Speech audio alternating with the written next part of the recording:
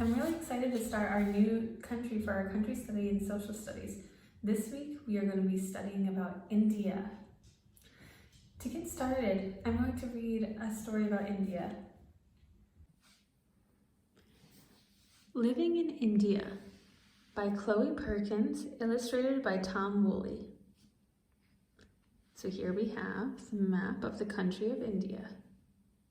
We have New Delhi, Calcutta, Bengaluru, Mumbai. So those are different cities in India. Living in India by Chloe Perkins, illustrated by Tom Woolley. Namaskar, that means hi in Marathi. My name is Nisha and I live in India. India is a country in Asia where more than 1 billion people live, including me. India is made up of 29 states. People in different states often speak different languages. This is because India is very big. It is the 7th largest country in the world. More than 700 languages are spoken in India. India is split into 4 main geographic regions. The north of India is part of the Himalayan mountain range.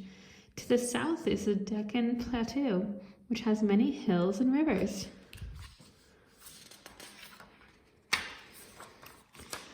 The region above the plateau is large and flat and is great for growing crops because many rivers run through it. This area has lots of farms. The last region to the west is covered in deserts. India has many big, bustling cities. One of the biggest is Mumbai. In Mumbai, you'll find Bollywood, where a lot of movies in India are made. India makes the most movies in the world. Many of them are musicals. The biggest city in India is Delhi, say Delhi. Within Delhi is our capital, New Delhi, which is home to many beautiful temples and museums. You can find the Lotus Temple there. It is one of the most famous temples in India. Bengaluru. Bengaluru is known as the Garden City. It is filled with blooming trees, big parks, and lakes. Calcutta has been home to many of India's great thinkers, artists, writers, and architects over the years. I live near Mumbai, in a city called Pune, with my mom, dad, and 2 sisters. I have 1 older sister and 1 younger sister. My dad is an airline pilot. He flies people to places all around the world. My mom works for a real estate company. She helps people buy homes and apartments.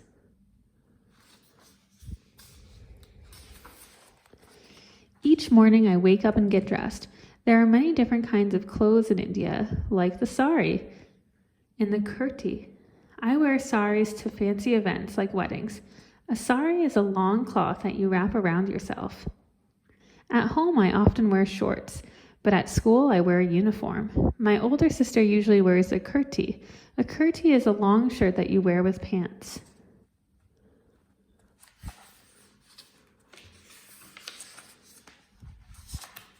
After I get dressed, I have breakfast with my mom and sisters. I usually eat idli, which are rice cakes. I dip the idli in a vegetable stew called sambar. Time for school. I take an auto rickshaw to school. An auto rickshaw is a 3-wheeled car. I live 10 minutes from school. The auto rickshaw picks up other students along the way.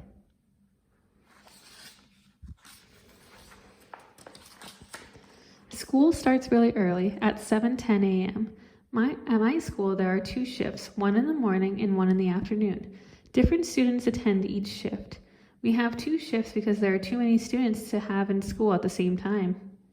There are 56 students in my class. Each day we study math, science, history, and Marathi, which is the language of our state, and either art, music, or gym.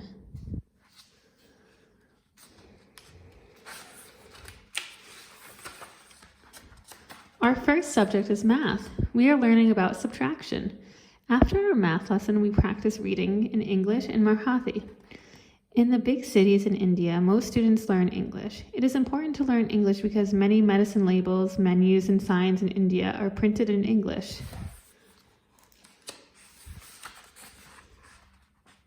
At 10 o'clock, we stop for our snack break. Today we are having flatbread with sabris. Sabris is a dish made from cooked vegetables. Once we finish our snack, we start our history lesson. We are learning about when the British ruled India from 1858 to 1947. Britain wanted to control India because our country had vulnerable spices, rice, cotton, tea, and gems. India's resources made Britain very rich.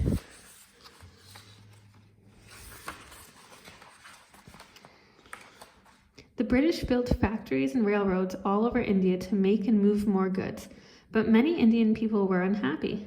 Britain made Indians work for little money and fight in their wars. During food shortages in India, Britain did little to help. As time passed, people wanted the British to leave. A man named Mohandas Gandhi began a movement to end British rule in 1919. Gandhi told people to stop attending British schools and stop working for the British.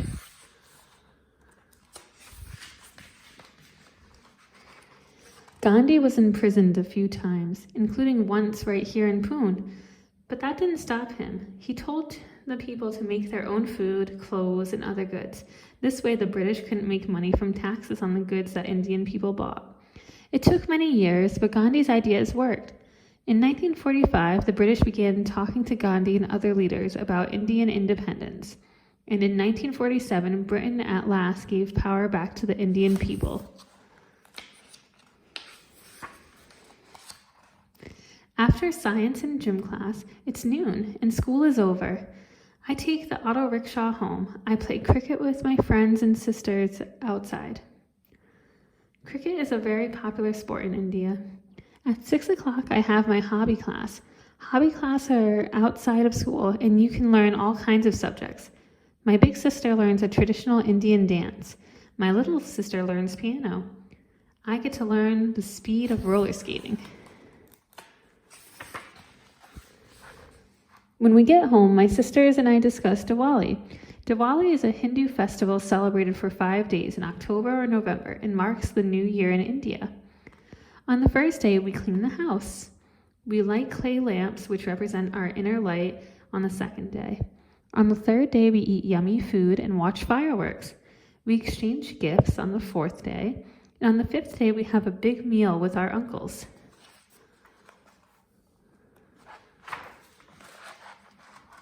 After we talk about Diwali, we eat dinner. Tonight we are having vegetable curry. Curry is a spicy sauce that you eat over rice. After dinner, our dad gets home from his latest trip. He brought my sisters and me souvenirs. My dad brings me back souvenirs from all his trips. I have things from China, Iceland, and the United States too. One day I want to visit all of these places just like my dad. Would you like to visit India someday?